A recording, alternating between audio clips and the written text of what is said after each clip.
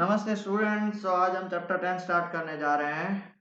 ठीक है, चैप्टर 10 जिसका नाम mechanical properties of fluids. Solids हमने देख लिया था, हम इसमें पढ़ने जा रहे हैं फ्लूइड्स। बराबर है, सबसे इंपॉर्टेंट चैप्टर है। आई थिंक सो इसमें लास्ट में थोड़ा बहुत पार्ट कट है, बट बहुत ही बड़ा सा चैप्टर है और बहुत ही इंपॉर्टेंट चैप्टर है। तो मेरी आपसे रिक्वेस्ट है कि प्लीज ध्यान से पढ़िएगा। ओके बेटा, ओके। सबसे पहले तो हम पढ़ने जा रहे हैं water fluids. A fluid is a substance that can flow, जो flow हो सकता है। F for flow, F for fluid. It ultimately assumes the shape of the containing vessel because it cannot withstand shearing stress. अगर आपने liquid को मान लो एक cylinder में डाल दिया तो वो सिलेंडर का शेप ले लेता है। Whereas अगर आप सॉलिड दैट इज पत्थर को आप इसमें डाल दोगे, अपने क्या बोलते हैं सिलेंडर में, तो एज इट इज पूरा सिलेंडर का शेप नहीं ले लेगा। क्यों? बिकॉज जो लिक्विड या फ्लूइड जो है वो शियरिंग स्ट्रेस को विथस्टैंड नहीं कर पाते। शियरिंग स्ट्रेस मतलब टेंजेंशियल स्ट्रेस को। इसलिए जैसे ही टेंजेंशियल स्ट्रेस लगता है वो सीधा नीचे फ्लो हो जाता है। मान लो टेंजेंशियल स्ट्रेस मतलब समझ रहे हो, ये वाला स्ट्रेस, उसके कारण सीधा फ्लो हो जाता है। इसलिए वो पूरा सिलेंडर में पूरा लिक्विड उसका शेप ले लेता है।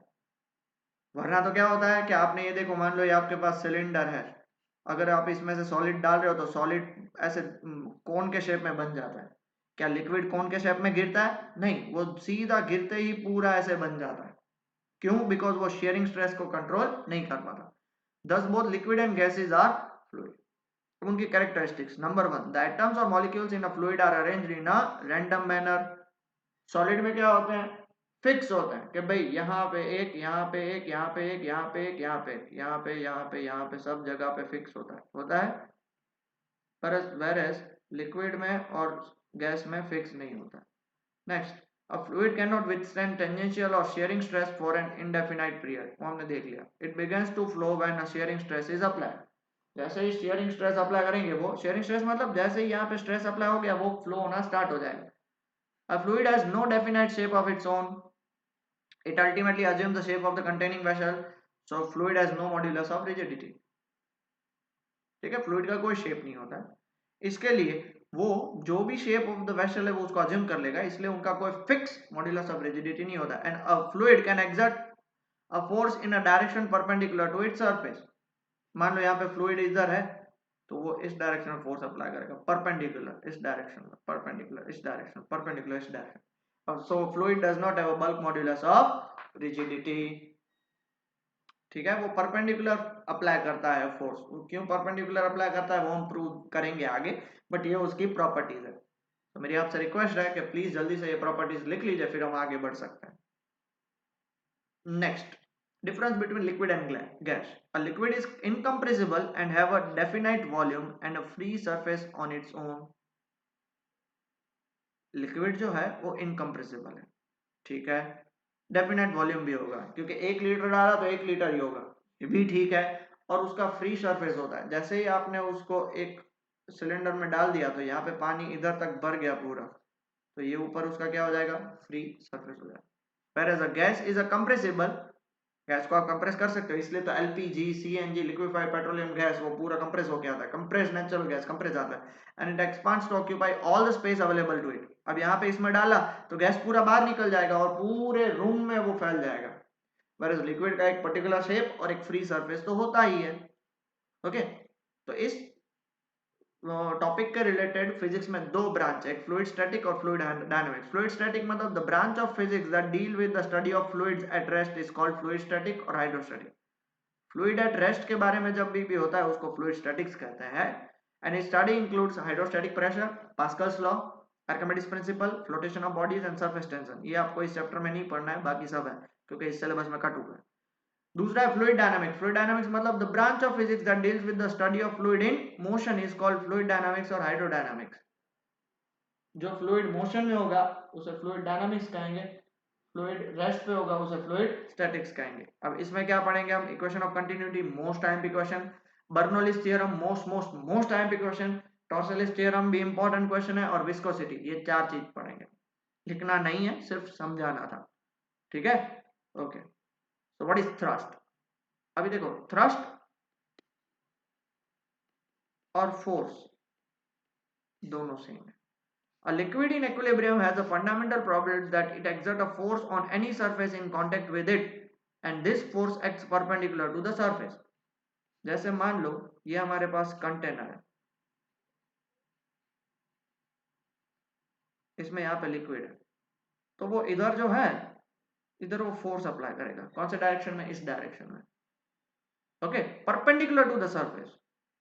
इधर जो है वो इस डायरेक्शन में फोर्स अप्लाई करेगा. The total force exerted by liquid on any surface in contact with it is called thrust. अब इधर इन सब लिक्विड के कारण इधर जितना फोर्स अप्लाई करेगा उसको हम थ्रस्ट बोलेंगे. बराबर है. Force applied is called thrust. It is because of this thrust that a liquid flows out through the holes containing vessel. अब मान लो यहाँ पे एक छोटा सा होल कर दूं तो यहाँ से सारा पानी निकलेगा, क्योंकि ये वाला लिक्विड है वो बाहर की तरफ फोर्स अप्लाई कर रहा है. अब जैसे ये पानी निकल गया तो ये पानी नीचे आया, वापस ये वाला जो नीचे वाला पानी आएगा वो भी बाहर की तरफ फोर्स अप्लाई करेगा, मतलब इसलिए वो पानी आता ही जाता है. एंड सिंस थ्रस्ट और फोर्स सेम है, थ्रस्ट इज अ फोर्स, तो उसका एसआई यूनिट भी क्या होगा? न्यूटन होगा. सो अब जब कभी भी नाम आए थ्रस्ट तो प्लीज दिमाग में फिट कर देना कि वो एक टाइप का फोर्स ही है. ठीक है, क्लियर हो गया? डन. ओके, अब आगे बढ़ते हैं. Liquid in equilibrium. Consider a liquid content in a vessel in the equilibrium state of rest. अब वो लिक्विड इन इक्विलिब्रियम में कैसा होता है? जैसे हम फ्लूइड स्टैटिक्स देखा था ना कि भाई फ्लूइड स्टैटिक मतलब रेस्ट पे है तो वो हमेशा परपेंडिकुलर फोर्स लगाता है, वो यहाँ पे हम प्रूव करके देखेंगे. as shown in figure, if the liquid as shown in figure, if the liquid exerts the force F on a bottom surface पे वो F force लगाता है in the direction OA direction में फोर्स लगा रहा है मान लो. तो जो डायरेक्शन में बेटा फोर्स लगाते हो, मान लो ये टेबल है आपकी, ठीक है, यहाँ पे आपकी बुक पड़ी है, फोर्स नीचे लग रहा है तो नॉर्मल रिएक्शन ऊपर लगेगा. ये भाई तो देखो normal reaction as it is बाहर निकलेगा. The surface exerts an equal reaction are along OB. OB के अलोंग एक इक्वल रिएक्शन लगेगा जिसका नाम है आर. अब सिंस वो एफ जो लग रहा था वो भी एंगल पे था तो आर भी कितना होगा? एंगल पे होगा. उस एंगल को मैं मान लेता हूँ theta.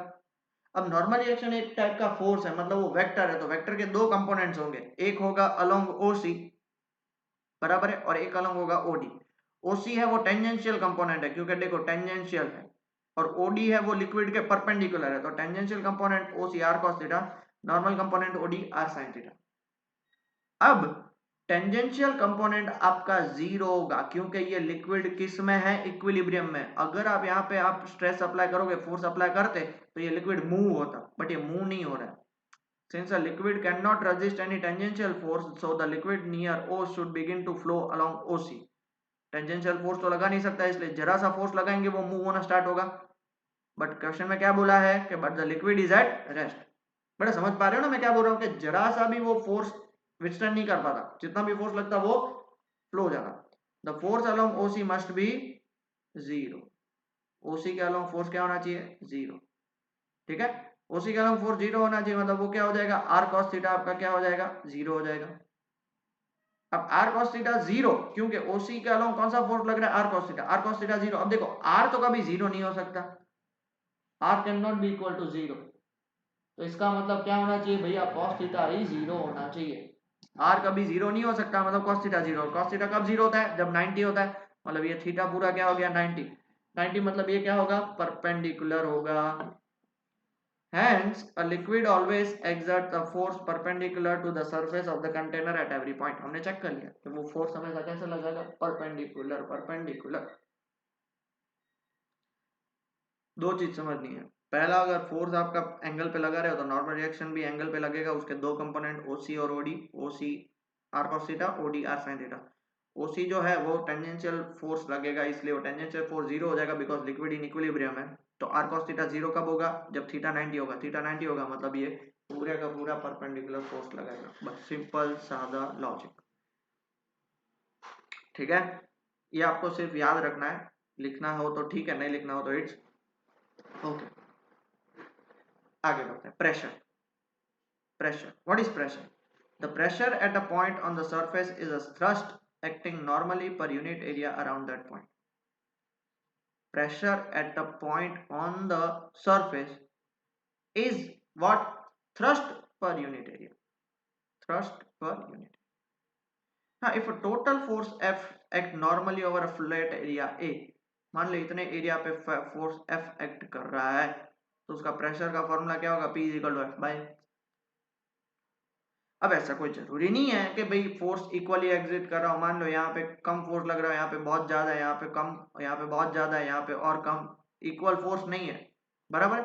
if the force is not distributed uniformly over the given surface then pressure will be different at different points, हर एक पॉइंट पे प्रेशर डिफरेंट होगा।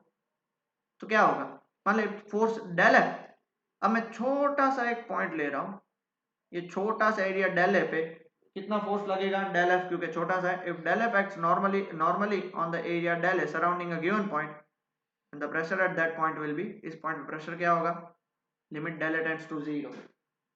क्यों limit del A tends to zero, because ये एरिया इतना छोटा है जो approximately क्या होता है, जीरो। तो प्रेशर का formula force upon area, force बहुत छोटा, एरिया बहुत छोटा, तो D F by D A, pressure क्या हो जाएगा, D F by D. Pressure is a scalar quantity because fluid pressure at a particular point in a fluid has same magnitude in all direction। क्योंकि अगर आप fluid, मान लो ये आपका container है, ये फ्लूइड है, इस पॉइंट पे हर एक डायरेक्शन पे सेम प्रेशर अप्लाई होगा। This shows that a definite direction is not associated with fluid pressure. Fluid के कारण उस पॉइंट पे हर एक डायरेक्शन से सेम प्रेशर अप्लाई होगा। दो force is a vector quantity, देख लो फोर्स वेक्टर है, बट उसका मतलब ये नहीं कि प्रेशर को वेक्टर होना चाहिए, हमने आगे ऑलरेडी देख लिया। The magnitude of the normal component of the force appears in the above equation of the pressure. Normal component, tangential component तो निकल गया, हमने प्रूव किया था अभी। ऐसा यूनिट क्या होगा, न्यूटन पर मीटर स्क्वायर और पास्कल दोनों। सीडीएस यूनिट डायन पर सेंटीमीटर स्क्वायर, और डायमेंशनल फॉर्मूला याद रखना m l - 1 t - 2। क्लियर, आगे बढ़े, लिख लिया बेटा सब लोगों ने, ठीक है। अब इसको कैसे मेजर किया जाता है, ये सिर्फ समझना है, ये सिर्फ समझना ही है। Figure shows a small pressure measuring device placed in a fluid vessel. ये फ्लूइड वेसल के अंदर आप एक डिवाइस को रखोगे। अब क्या होगा, this pressure sensor consist of a small piston of area del. देखो ये पिस्टन है, पिस्टन मतलब समझ रहे हो ना, ये सिलेंडर है, आपको दिखा रहा हूँ, ये सिलेंडर है, ये स्मॉल एरिया डेल वाला पिस्टन है, जो क्या होगा, मूव करेगा ऊपर नीचे, moving in a close fitting cylinder and resting against a spring. Spring से अगेंस्ट मतलब स्प्रिंग के सपोर्ट में रेस्ट किया गया। The cylinder is evacuated and the spring is calibrated to measure the force acting on the cylinder. Spring को calibrate करके, spring cylinder को अलग से रख दिया, उसमें स्प्रिंग उस हिसाब से कैलिब्रेट किया जाती है कि जो थोड़ा सा ऊपर नीचे हुआ तो उसके हिसाब से हम कितना फोर्स होगा वो मेजर कर सकते हैं। The inward force exerted by the fluid on the piston, ये पूरा फ्लूइड है, वो अंदर वो फोर्स एक्सर्ट करेगा, inward force, piston is balanced by the outward spring force. जैसे ये फोर्स अंदर लगेगा तो स्प्रिंग का फोर्स बाहर लगाएगा, ओके, मेजर, और उसके कारण आप इजीली मेजर कर सकते हो कितना होगा। now if del f is the magnitude of this normal force, अगर वो मैग्नीट्यूड नॉर्मल फोर्स की मैग्नीट्यूड डेल एफ है जो नीचे लग रहा है, ओके, वो भी कितने एरिया में, डेल एरिया में, तो प्रेशर कितना होगा, del F bye del A. आपको सिंपल चीज समझनी है कि भाई ये फ्लूइड है, वो इतने एरिया पे नीचे फोर्स लगाएगा तो स्प्रिंग और रिस्टोरिंग फोर्स लगाएगा, और उसके हिसाब से आप मेजर कर सकते हो कि भाई एरिया तो आपके पास है ही, फोर्स भी आप निकाल सकते हो, तो फोर्स अपॉन एरिया निकालोगे तो आप प्रेशर इजीली मेजर कर सकते हो। ये आपको टेक्स्ट बुक में दिया था, सो मेरी फर्ज थी आपको समझाने की। आपको लिखना है तो लिख सकते हो, नहीं लिखना है तो इट्स ओके। ओके स्टूडेंट्स, सो अब हम प्रैक्टिकल एप्लीकेशन ऑफ प्रेशर देखते हैं। देखो आपको, आपने ये चीज तो करी होगी, a sharp knife cuts better than a blunt one. ये ब्लंट नाइफ बोलते हैं जिसकी जो एज होती है वो इतनी शार्प नहीं होती। अब देखो इसको आप लगाओगे या इसको लगाओगे, दोनों पे फोर्स तो सेम लगा रहे हो, इसका एरिया कम है और इसका एरिया ज्यादा है, तो प्रेशर इज इक्वल टू क्या होता है, फोर्स अपॉन एरिया। जितना एरिया कम तो उतना ही प्रेशर ज्यादा, मतलब किस में प्रेशर ज्यादा लगेगा, शार्प नाइफ में, मतलब ये उसको बहुत अच्छे से कट करेगी, ठीक है। Next, railway tracks are laid on wooden sleepers, this spreads force due to the weight of the train. आपको पता है, ये देखो ये वुडन स्लीपर्स होते हैं, वुड के स्लीपर्स होते हैं, उसके ऊपर ये ट्रेन के ट्रैक्स होते हैं। अब ट्रेन का वेट कितना होता है, बहुत हैवी। अगर ये वुड स्लीपर्स नहीं होते तो ये पूरा जो है वो नीचे जमीन में चला जाता। अब ये जमीन में नहीं जाता बिकॉज ये पूरा इसका वेट स्प्रेड हो जाता है, ऐसे तो सब वुडन स्लीपर्स में स्प्रेड हो जाता है, ठीक है। A larger area hence reduce the pressure considerably. This in turn prevents the yielding of the ground under the weight of the train. वो ग्राउंड के अंदर नहीं चला जाता, समझ रहे हो, समझ में आया बेटा। अब इसकी जगह पे आजकल ऐसे ऐसे देखो स्लीपर्स लगाए जाते हैं, ये तो फॉरेन कंट्री की बात है, इंडिया में तो कभी ऐसे अभी तक नहीं लगे हैं, क्योंकि लगा भी दें तो उस पे वो वो पता है ना, वो बाथरूम ही करते रहते हैं तो इसलिए। बट हाँ, काम क्या होता है स्लीपर्स का कि भाई वो अच्छे से मैनेज कर सके, ट्रेन उस पे जाए तो पूरा पूरा प्रेशर है उस पे डिस्ट्रीब्यूट हो सके। तीसरा, it is difficult for a man to walk on the sand while a camel walks easily on the sand in spite of the fact that a camel is much heavier than a man. क्यों? Because camel's feet have a larger area than the feet of a man. ये देखो camel की feet, इंसान की feet, इसका area काफी बड़ा है और इसका एरिया कम है। Due to larger area pressure is less. Pressure का फॉर्मूला क्या है? Force upon area. अगर एरिया बढ़ा तो प्रेशर कम, मतलब वो कैमल का जो पाँव है वो जमीन में नहीं चला जाएगा। Next, pins and nails are made to have pointed ends. देखो पॉइंटेड एंड इसलिए होते हैं क्योंकि अगर जितना पॉइंट, अभी इसको मैं यहाँ से हथौड़ा मारूंगा और इसको यहाँ पे अंदर फिट करना है, यहाँ से हथौड़ा मारा मैंने तो इजीली चला जाएगा नाइफ की तरह। So when a force is applied over a head of a pin or nail, it transmits a large pressure, that is force upon area, on the surface and hence easily gets penetrated. Okay? तो ये चार application थे, आपको लिखने थे तो भी ठीक है, वरना आप सबको तो आइडिया है ही, इसलिए नहीं लिखो तो भी चलेगा। Next question, density. सबको ये चीज के बारे में आइडिया है ही। तो density of a any material is defined, क्या होता है? Mass per unit volume. If body occupies mass m and volume v, तो डेंसिटी को रो से डिनोट करते हैं। डेंसिटी का फॉर्मूला क्या होता है? m by v, density is equal mass upon volume. अब density is a positive scalar quantity. Positive मतलब देखो मास भी पॉजिटिव होता है, वॉल्यूम भी पॉजिटिव होता है, वॉल्यूम कभी किसी का नेगेटिव नहीं हो सकता, इसलिए डेंसिटी है वो पॉजिटिव स्केलर क्वांटिटी है। As liquids are incompressible, the density remains constant at all pressure. Okay, हर एक पॉइंट पे उनकी डेंसिटी हर एक प्रेशर पे कांस्टेंट रहती है। Density of a gas varies largely with pressure, varies आप अलग अलग प्रेशर डालोगे तो उस हिसाब से डेंसिटी उसकी चेंज होगी। क्यों? अब देखो लिक्विड है, मान लो एक कंटेनर है, उसमें लिक्विड भरा पड़ा है, उसको आप प्रेशराइज कर रहे हो तो उसकी डेंसिटी चेंज नहीं होगी। वेरेज उसी की जगह पे अब यहाँ पे गैस भरा हुआ है, उसको आप प्रेशराइज करोगे तो उसको आप शायद इतने छोटे पार्ट में भी रख सकते हो, तो अब देखो उसकी डेंसिटी कम हो गई ना। वेरेज ये लिक्विड को आप उसको छोटे पार्ट में वही का वही लिक्विड को आप कंप्रेस नहीं कर सकते, कंप्रेस करोगे तो वो उसकी डेंसिटी वॉल्यूम चेंज हो जाएगा, वॉल्यूम चेंज हो जाएगा तो डेंसिटी चेंज। इफ अगर आप उसको कंप्रेस कर सके तो उसके कारण उसका क्या हो जाएगा? वॉल्यूम डिक्रीज, वॉल्यूम डिक्रीज तो डेंसिटी क्या हो जाएगी? इंक्रीज। बट ऐसा हो नहीं रहा है। ओके, ऐसा यूनिट ऑफ डेंसिटी क्या होगा? किलोग्राम पर मीटर क्यूब। सीजीएस यूनिट ग्राम पर सेंटीमीटर क्यूब, और ये उसका डायमेंशनल फॉर्म। ओके, ये लिखने की जरूर नहीं है बट मुझे था टॉपिक में इसलिए मैंने समझा दिया। अब जो यूज होता है वो है रिलेटिव डेंसिटी और स्पेसिफिक ग्रेविटी। ठीक है, अब व्हाट इज रिलेटिव डेंसिटी और व्हाट इज स्पेसिफिक ग्रेविटी? तो द स्पेसिफिक ग्रेविटी और रिलेटिव डेंसिटी, रिलेटिव वर्ड जब भी यूज होता है रिलेट करना, relative means to compare with one. One मतलब रिलेटिव डेंसिटी और स्पेसिफिक ग्रेविटी। अब देखो ग्रेविटी जब नाम आता है तो that does not mean G, ये अलग चीज है। Of a substance is defined as क्या? Ratio of density of the substance, मतलब जिसकी डेंसिटी हमें फाइंड करनी है वो to the density of water at 4 degree Celsius. क्योंकि 4 डिग्री सेल्सियस पे वाटर की डेंसिटी होती है 1 × 10⁻3, ये फिक्स होती है। अब सिंस दोनों का डेंसिटी है इसलिए उसका डायमेंशनल वो डायमेंशनल लेस क्वांटिटी होगी, और वो भी पॉजिटिव क्योंकि डेंसिटी कभी नेगेटिव नहीं हो सकती। तो हमें किसी भी डेंसिटी, अभी देखो बहुत बार ऐसा होता है कि मान लो if relative density of material is 2.5, तो फाइंड इट्स डेंसिटी। देखो मैं एक बात समझो कि भाई मेरा मेरा मास जो है ना उसको मैं फिक्स मानता हूं। मेरा मास है 100 kg सपोज, वो फिक्स है, वो फिक्स है, फिक्स है। अगर मैं आपको बोलूं कि भाई आपका मास मेरे रिलेटिव मास, जैसे डेंसिटी है ना वहां पर रिलेटिव डेंसिटी, कि भाई रिलेटिव मास आपका मेरे से डबल है, मेरे से डबल है मतलब मेरा 100 है तो आपका कितना हो जाएगा? 200, 2 × 100। तो वैसे ही डेंसिटी ऑफ अ सब्सटेंस का फॉर्मूला क्या होगा? स्पेसिफिक ग्रेविटी और रिलेटिव डेंसिटी। कितनी है relative density? 2.5। Into density of water, क्योंकि कंपेयर किसके साथ कर रहे हैं, 10⁻³ किलोग्राम पर मीटर क्यूब। तो किसी भी ऑब्जेक्ट की या मटेरियल की रिलेटिव डेंसिटी दी जाएगी और उससे हमें डेंसिटी फाइंड करनी है, तो हमें उससे क्या करने का, इनटू डेंसिटी ऑफ, ये रहा देखो ये फॉर्मूला, इसलिए मैंने उसको स्पेसिफाई करके रखा। बहुत सारे डेंसिटी है यहाँ पे, उसका फॉर्मूला है वाटर 1.1 इंटू 10⁻³ सी वाटर का थोड़ा ज्यादा होता है, मर्क्यूरी का 13.6, इथाइल अल्कोहल का वाटर से भी कम होता है, बराबर है।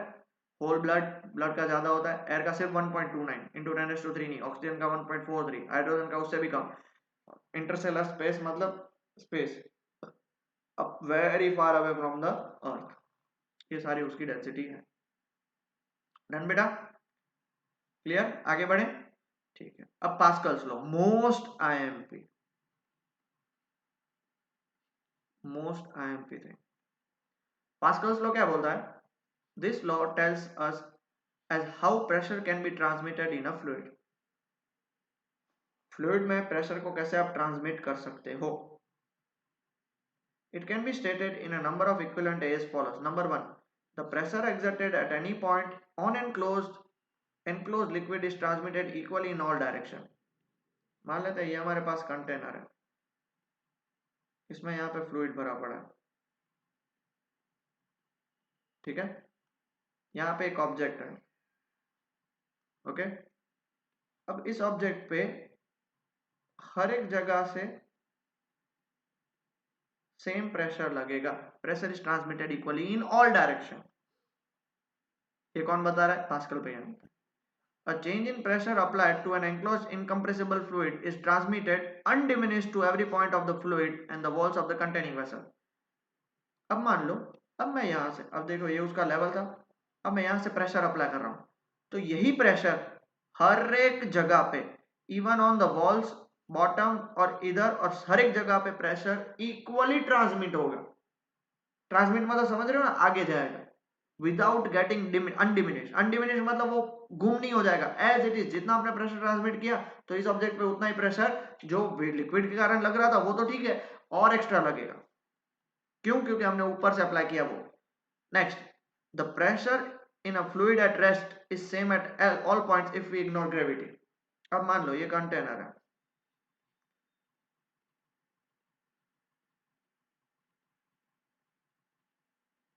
ठीक है, ये पूरा हमारा क्या है, ये हमारा पूरा वाटर, ठीक है। अब यहां पे हम ग्रेविटी इग्नोर करते हैं, तो इस जगह पे पकड़ो, इस जगह पे पकड़ो, इस जगह पे पकड़ो, इस जगह पे, इस जगह पे, इस जगह पे, कहीं पे कहीं पे कहीं पे भी पकड़ो, हर जगह पे प्रेशर, और ये फ्लूइड रेस्ट पे मूव नहीं हो रहा है, तो सब जगह पे प्रेशर क्या होगा, सेम होगा। कौन बोल रहा है ये, क्या मैं बोल रहा है, पास्कल भैया, ठीक है। क्लियर हो गया बेटा, ये पास्कल के 3 है। क्या, पहला point, pressure exerted on enclose liquid is transmitted equally in all direction, सब जगह पे। दूसरा, कि अगर आपने प्रेशर को चेंज किया तो वो भी अनडिमिनिश नीचे हर एक जगह पे ट्रांसमिट होगा, इवन वॉल्स को भी लगेगा। और तीसरा, अगर ग्रेविटी को इग्नोर करेंगे तो हर एक पॉइंट पे सेम प्रेशर लगेगा, बराबर। अब उसको डिराइव करते हैं, ये है proof of Pascal's law, 3 marks में आ सकता है पास्कल्स लॉ। पास्कल्स लॉ के लिए डायग्राम समझना है, देखो ये डायग्राम आप समझ रहे हो, ये रहा डायग्राम, ठीक है। ये आपके पास क्या है, ये आपके पास एक सरफेस है इनसाइड द लिक्विड, ये सरफेस 3 डायमेंशनल स्ट्रक्चर है, ठीक है। तो इसके कितने सरफेस होंगे, 6 नहीं 5, 1 2 3 आगे और 5 पीछे। आगे पीछे वाला नहीं ले रहे हम, एक ये वाला कर्व्ड पार्ट ले रहे हैं, एक ये वाला वर्टिकल और एक horizontal. Pascal law can be proved by using 2 principle. सबसे पहला, force on any layer of fluid at rest is normal to the layer. कोई भी लेयर पे फोर्स लगेगा वो हमेशा नॉर्मल लगेगा, ये हमें पता है, हमने आगे प्रूव किया, ओनली नॉर्मल फोर्स लगेगा। और दूसरा, Newton first law of motion. First law of motion क्या बोलता है, न्यूटन का मोमेंट ऑफ इनर्शिया, कि भैया अगर कोई लिक्विड रेस्ट पे है तो रेस्ट पे ही रहेगा, और मूव कर रहा है तो मूव करता रहेगा, ठीक है। इतना क्लियर हो गया। Now, as shown in figure, consider a small element ABCDEF in the form of a right angle prism in the interior of a fluid at rest. A, B, C और D, E, F अंदर वाला, okay, उतना सा part ले रहे हैं। The element is so small that all its part can be assumed to be same depth from the liquid surface. अब देखो हमने उसको एक्सपांड करके इतना बनाया है, बट एक्चुअल में वो बहुत छोटा है कि भाई उसका सरफेस से ये वाला पोर्शन और ये वाला पोर्शन दोनों सेम लेंथ है। अब बोलोगे क्या गप्पे मारे हो, देख लो यहाँ पे तो अलग है और यहाँ पे भी अलग है। तो बेटा हम ऐसा अज्यूम कर रहे हैं कि भाई वो, अगर मैं आपको इतना छोटा सा, देख लो यहाँ पे इतना छोटा सा सरफेस बना देता तो कुछ पता चलता? नहीं पता चलता, मुझे भी नहीं पता चलता। इसलिए मैंने आपके लिए ये बड़ा सरफेस लिया और हम इसको ऐसे अज्यूम करेंगे कि ये दोनों जो सरफेस है, मेन वाला सरफेस उससे सेम है। Therefore the effect of gravity is small for all points. इसलिए हर एक पॉइंट पे इफेक्ट ऑफ ग्रेविटी को नेग्लेक्ट हम कर सकते हैं। Suppose the fluid exerts a pressure P A P B and P C on the faces B E F C. देखो बी ई एफ सी, उसमें पी एफ प्रेशर अप्लाई हो रहा है। दूसरा है ए डी एफ सी, ये वाला ये देखो, ये फर्स्ट, ये सेकंड और ये थर्ड, तीन surface okay respectively of this element. तो उसके कारण क्या होगा, नॉर्मल फोर्स क्या लगेगा, एफ ए एफ बी और एफ सी। इस पे देखो एफ ए, ये है एफ ए, ये है एफ बी और ये एफ सी। और एरिया भी उसका क्या है, ए ए, इसका एरिया ए बी और इसका area A C, B the respective area of the three faces. और मान लेते हैं ये एंगल ए सी बी है, वो कितना है, angle A C B is theta. Clear हुआ? तो मैं रब करके आपको इजीली समझा सकूं।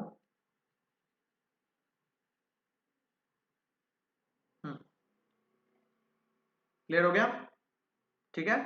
अब हमें करना क्या है, अब देखो ये जो फोर्स है, ये फोर्स कहां पे लग रहा है, हॉरिजॉन्टल। ये फोर्स लग रहा है वर्टिकल। अब ये थीटा है तो इसके भी दो कंपोनेंट हो जाएंगे, ये भी कितना हो जाएगा, थीटा बराबर है। ये फोर्स नीचे, ये वाला कंपोनेंट हो जाएगा एफ बी कॉस थीटा और ये वाला कंपोनेंट हो जाएगा एफ बी साइन थीटा। देख लो है कि नहीं बेटा? ये हमारा क्या हुआ, फर्स्ट लॉ हमने अप्लाई कर दिया कि भाई नॉर्मल लगेगा। दूसरा लॉ कौन सा है, Newton first law of motion. Rest पे है मतलब वो रेस्ट पे ही है, मतलब ये कभी भी मूव नहीं होगा।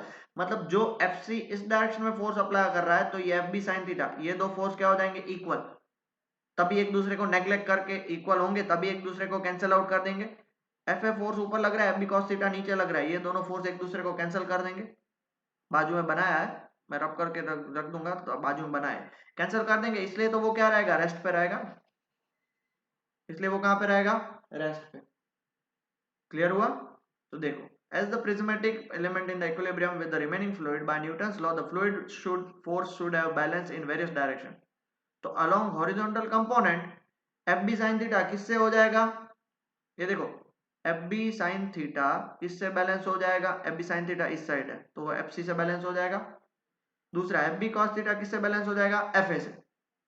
Similarly from geometry A B sine theta is equal to A C और A B cos theta is equal to A लिख सकता हूं। अब इसको 1 नाम देता हूं, इसको 2 देता हूं, इसको 3 देता हूं, इसको 4 देता हूं। तो from the above equation we get divide 1 and 3 and दूसरा किसको डिवाइड करेंगे, 2 एंड 4। अब देखो 1 और 3 को डिवाइड करोगे तो साइन थीटा कैंसिल हो जाएगा, क्या हो जाएगा, F B by A B is equal to F C by A C and क्या हो जाएगा, F B by A B is equal to क्या हो जाएगा, एफ ए बाय ए। अब देखो तीनों को कंपेयर करेंगे, कंपेयरिंग तो क्या हो जाएगा, F A by A, F B by A B, F C by A C. तो एफ बाय ए क्या होगा, P A, F by B क्या होगा, P B, F by A क्या होगा, पी सी। तो मतलब तीनों शेप पे सेम प्रेशर अप्लाई हो रहा है, वही तो हमें पास्कल भैया ने बोलाया था, equally transmitted in all direction, hence pressure exerted is small in all direction in fluid at rest. ये समझना जरूरी है, रेस्ट पे था इसलिए तो हमने न्यूटन का फर्स्ट लॉ लगाया। This proves Pascal's law of transmission of fluid pressure. और इससे हमें पता चलता है कि जो फ्लूइड है वो हर एक जगह पे ट्रांसमिट हो रहा है। The above discussion again shows that pressure is not a vector quantity, क्योंकि हर एक direction, no direction can be assigned to it, हर एक डायरेक्शन में प्रेशर ट्रांसमिट हो रहा है कि नहीं, आया ना तो बोलो पक्का, बस यही है। तो जल्दी से लिख लीजिए, ये पास्कल्स लॉ 3 मार्क्स में आ सकता है। फिर आगे बढ़ते हैं बेटा, लिख लिया? ठीक है, बता दें। Next topic, application of Pascal's law. दो एप्लीकेशन है, पहला है हाइड्रोलिक लिफ्ट और दूसरा है हाइड्रोलिक ब्रेक्स। सबसे पहले हम हाइड्रोलिक लिफ्ट के बारे में पढ़ रहे हैं। हाइड्रोलिक लिफ्ट आपने सब जगह पे देखी है, बट आपको पता नहीं होता है कि ये काम कैसे करता है। So hydraulic lift is an application of Pascal's law. It is used to lift heavy object. It is a force multiplier. Force multiplier, ये वर्ड याद रखना, शायद आपको काम आ सकता है एग्जाम में। बेसिकली क्या है, it is used to lift heavy object. अब देखो होता क्या है कि भाई पास्कल लॉ क्या बताता है कि अगर यहाँ पे मैंने प्रेशर लगाया तो that pressure is transmitted equally over here, सब जगह पे इक्वल अब देखो इसका एरिया बढ़ गया तो यहाँ पे फोर्स ज्यादा लगेगा। कैसे फोर्स ज्यादा लगेगा समझाता हूँ। देखो it consist of two cylinder C1 and C2 connected to each other by a pipe. देखो C1 एंड C2 पाइप से कनेक्टेड है। The cylinders are fitted with water tight frictionless pistons of different cross sectional area. ये देखो ये इससे भी connected है, ये इससे भी कनेक्टेड है। Frictionless different cross sectional area. The cylinders and the pipe contain a liquid, इनके बीच में एक लिक्विड है, ठीक है। Suppose the force F is applied on the smaller piston. मान लो यहाँ पे एक छोटा सा फोर्स F अप्लाई कर रहा है जिनका क्रॉस सेक्शनल एरिया A है। Then pressure exerted on the liquid, liquid पे कितना प्रेशर एक्सर्ट होगा, P is equal to F by A होगा। P is equal to F by A, pressure का formula F by. Now according to Pascal यही same pressure is transmitted to the larger piston जिसका cross sectional area A है, क्योंकि पूरा का पूरा pressure यहाँ पे ट्रांसमिट हो जाएगा। तो इस पे फोर्स कितना लगेगा, तो इस पे फोर्स लगेगा F is equal to P into A। यही का यही प्रेशर यहाँ पे गया, P का formula F by into A। F को इससे ले जाऊं, A को इससे लेके आता हूं, तो देयरफॉर F का फॉर्मूला क्या होगा, A by A into F। अब ये A क्या है, बड़ा एरिया, ये A क्या है, छोटा एरिया। तो ऑब्वियसली बात है कि भाई ये बड़ा और ये छोटा, मतलब जो हमारा therefore A by A part is greater than 1, तो therefore F is greater than F, मतलब जितना आपने F अप्लाई किया उसके ऊपर यहाँ पे F बढ़ जाएगा। ये देखो, तो hence by making the ratio A by A large, very heavy loads like cars and trucks can be lifted by the application of small force। जितना आप यहाँ पे एरिया बढ़ा दोगे, क्योंकि जितना एरिया बढ़ाओगे वहां पे प्रेशर ज्यादा ट्रांसमिट होगा, इसके कारण आप छोटे छोटे व्हीकल्स वहां पे लिफ्ट कर सकते हो। However, there is no gain of work, work gain नहीं हो रहा है, सिर्फ वो प्रेशर और फोर्स ट्रांसमिट हो रहा है। The work done by force is equal to the work done by force, दोनों का वर्क डन सेम है। फोर्स इंटू डिस्प्लेसमेंट, यहाँ पे डिस्प्लेसमेंट ज्यादा करना पड़ेगा, मतलब यहाँ पे अगर आपने इतना करा तो यहाँ पे सिर्फ इतना उठेगा, बट उठ जाएगा। मूवमेंट ऑफ पिस्टन यहाँ पे ज्यादा होगा तो यहाँ पे मूवमेंट ऑफ पिस्टन कम होगा। That is the piston P1 has to be move down by a larger distance compared to the distance moved by the piston P2। अगर इसको यहाँ पे मुझे मान लो कि इतना उठाना है तो यहाँ पे मुझे ज्यादा पिस्टन देना पड़ेगा, वर्क उतना ही, वर्क पूरा as it is same to same दोनों साइड है, बट वो भी बेटर है। उसमें क्या फर्क पड़ता है, मैं आपको एक वीडियो के थ्रू समझाऊंगा, बट पहले इतना लिख लीजिए, ठीक है। डायग्राम बनाना कंपलसरी है, डायग्राम मोस्ट आईएमपी है, 2 या 3 मार्क्स में ये शॉर्ट नोट में आ सकता है। क्लियर हुआ, आगे देखते हैं। ये रहा, देखो इस तरह से ये काम करता है रियल लाइफ में। यहाँ पे एक मोटर लगाई जाती है, देखो ये प्रैक्टिकल एक एग्जांपल है आपके सामने, ठीक है। ये प्रैक्टिकल एग्जांपल क्या है, देखिए यहाँ पे आप जैसे ही प्रेशराइज करते हो तो ये पूरा लिक्विड है इधर जाएगा। अब इसका एरिया कितना छोटा और इसका एरिया कितना बड़ा है, जो प्रेशर यहाँ पे है वही प्रेशर पूरा ट्रांसमिट हो जाएगा, तो इसके कारण ये पूरा लिफ्ट सिलेंडर क्या हो जाएगा, लिफ्ट हो जाएगा। ओके, ये आपको पता होगा, तो कार को ऊपर करने में ऐसा ही पूरा सिस्टम लगता है, ठीक है। पहले हम देख लेते हैं, फिर वीडियो में आपको मैं समझाता हूँ, पूरा क्लियर होगा। Next, hydraulic breaks. Hydraulic brake आपको कहाँ पे पता चलेंगे, प्लीज फिगर पे मत जाओ, प्लीज फिगर पे मत जाओ, बाद में देखते हैं डिटेल में कि भाई आपको ये फिगर बाद में क्लियर हो जाएगा। हाइड्रोलिक ब्रेक आपने देखा होगा कि बाइक्स आती है उसमें डिस्क ब्रेक बोलते हैं, या कार में आप पैडल दबाते, थोड़ा सा पैडल दबाते ही पूरी इतनी हैवी कार वो स्टॉप हो जाती है। The hydraulic brakes are used in automobiles are based on Pascal's law of transmission of pressure in a liquid. As shown in figure, a hydraulic brake consists of a tube containing brake oil. ये tube T है ना, उसमें देखो brake oil है। अब जैसे ही आपने यहाँ पे पैडल दबाया तो ये पूरा प्रेशर यहाँ से ट्रांसमिट होगा। अब दो व्हील्स होते हैं, एक व्हील यहाँ पे और दूसरा व्हील यहाँ पे। अब यहाँ पे नीचे जाएगा, यहाँ पे नीचे जाएगा तो इसके दो सरफेस है, दो सरफेस है, तो यहाँ पे भी उसको प्रेशराइज करेगा, उसको यहाँ से प्रेशराइज करेगा। जैसे उसने प्रेशराइज किया तो ये देखो ये P2 और ये P1 और P2 दोनों क्या है, पिस्टन्स है। क्या बेटा, पिस्टन्स। वो पिस्टन्स है, वो ब्रेक के साथ सीधा चिपक जाएंगे, ब्रेक के साथ चिपक जाएंगे। वो उसके रिम होते हैं, उसको ड्रम भी बोलते हैं, रिम भी बोलते हैं, उसके साथ चिपक के वो गाड़ी पूरी क्या हो जाएगी, स्टॉप हो जाएगी। आई होप आपको शायद कम पता चल रहा है। चलो वीडियो देख लेते हैं, वीडियो में शायद आपको और ज्यादा क्लियर हो जाए।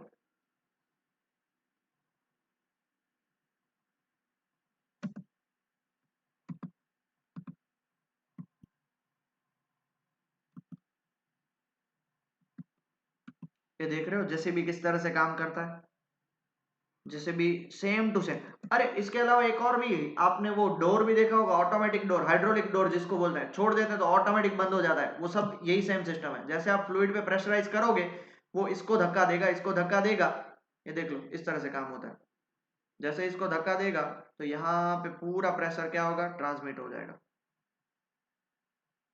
ये लोडर भी है, ये लोडर में भी यही है। यहाँ पे आप जैसे एक स्विच दबाता है, एक स्विच दबाता है तो वहां से पूरा फ्लूइड नीचे जाएगा, पूरा फ्लूइड नीचे जाएगा तो वो उस इस वाले फ्लूइड को धक्का देगा और ये पूरा लोडर ऊपर होगा। इसमें तो 10,000 5,000 किलो वेट होता है, सब निकल जाएगा। ये हाइड्रोलिक ब्रेक जो हम डिटेल में अभी पढ़ेंगे। और ये प्लेन का वो व्हील्स भी ऐसे ही निकल रहे हैं। ये देखो ये प्लेन प्लेन के व्हील्स के बारे में बात चल रही है। जैसे ही नीचे आया, ये पूरा हाइड्रोलिक सिस्टम है, पूरा सिस्टम देखो, ये देख रहे हो पूरा सिस्टम खुल जाता है। ओके, हमें इस बंदे ने दिया था, कहाँ के, फ्रांस का था, उससे हमें कोई लेना देना नहीं है, हम हमारे सिस्टम पे आता है। देखो जैसे ही यहाँ पे आप फोर्स अप्लाई करोगे, पूरा पूरा प्रेशर है वो डिस्ट्रीब्यूट हो जाएगा। डिस्ट्रीब्यूट हो जाएगा मतलब जितना ज्यादा एरिया पे डिस्ट्रीब्यूट होगा, उतना ज्यादा फोर्स वहां पे लगेगा। अब एक चीज आप देख पा रहे हो, नोट कर पा रहे हो उसको, जितना आप इतना आपको धक्का देना पड़ रहा है तो बहुत कम आगे बढ़ रहा है। देखो 5 पाउंड फोर्स अप्लाई किया, ये ब्रिटिश की भाषा में, एक स्क्वायर इंच एरिया में तो 5 लगा। अब इसका एरिया 10 है तो फोर्स कितना लग जाएगा, याद करो, area upon area into force, 10/1 into 5 50, 10/1 into 5 50 लग गया। कितना टाइम बढ़ गया, 10 टाइम्स बढ़ गया। मतलब जितना ये एरिया अपॉन इसका ओरिजिनल एरिया, वो फोर्स मल्टीप्लायर है। क्लियर हुआ। अब इस हिसाब से काम करता है। जैसे आप ये कंप्रेसिबल फ्लूइड को धक्का देते हो, ये फ्लूइड कंप्रेस होता है, उसके कारण यहाँ पे पूरा प्रेशर जाता है।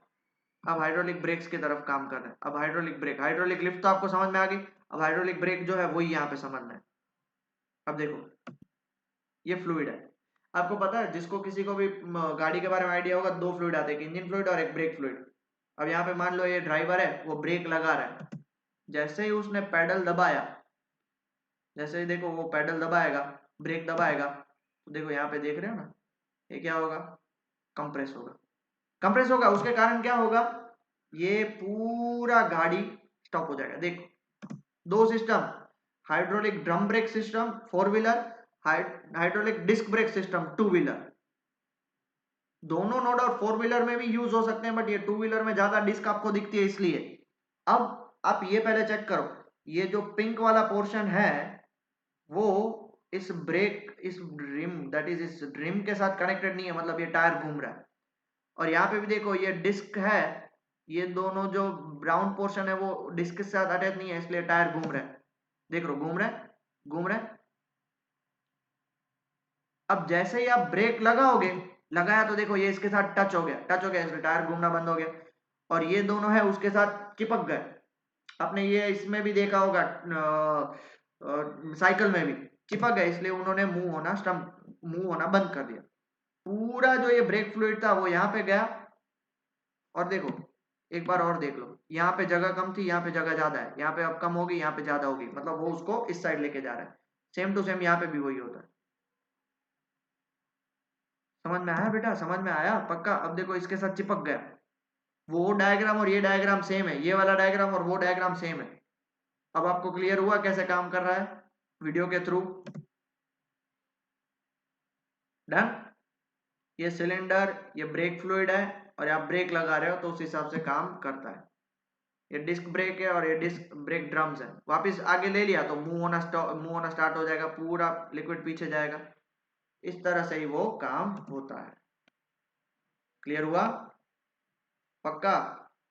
So this is how it works, hydraulic brakes and hydraulic drums। तो ये पूरा उसका ही एक्सप्लेनेशन है, ठीक है। और लास्ट ये उसका वर्किंग जैसे मैंने आपको बताया था, when the pedal is pressed its lever system pushes the piston, P को आगे धक्का देगा, जिसके कारण दो सिलेंडर P1 एंड P2 है वो पास्कल लॉ के अकॉर्डिंग इस साइड जाएंगे और इस साइड जाएंगे तो ड्रम के साथ चिपक जाएंगे। And the pistons P1 and P2 are pushed outward, the brake shoes get pressed against the inner rim of the wheel के साथ वो चिपक जाएंगे और वही पूरा है। So I would request you कि प्लीज अच्छे से लिख लीजिए। ये डायग्राम नहीं बनाओगे तो चलेगा, बट कंस्ट्रक्शन और वर्किंग लिख लेना। So that's all for today's lecture। अच्छे से पढ़ाई कर लेना, नेक्स्ट लेक्चर में और आगे पढ़ेंगे, बहुत ही अच्छा सा चैप्टर है, ठीक है। Till then study well and take care बेटा।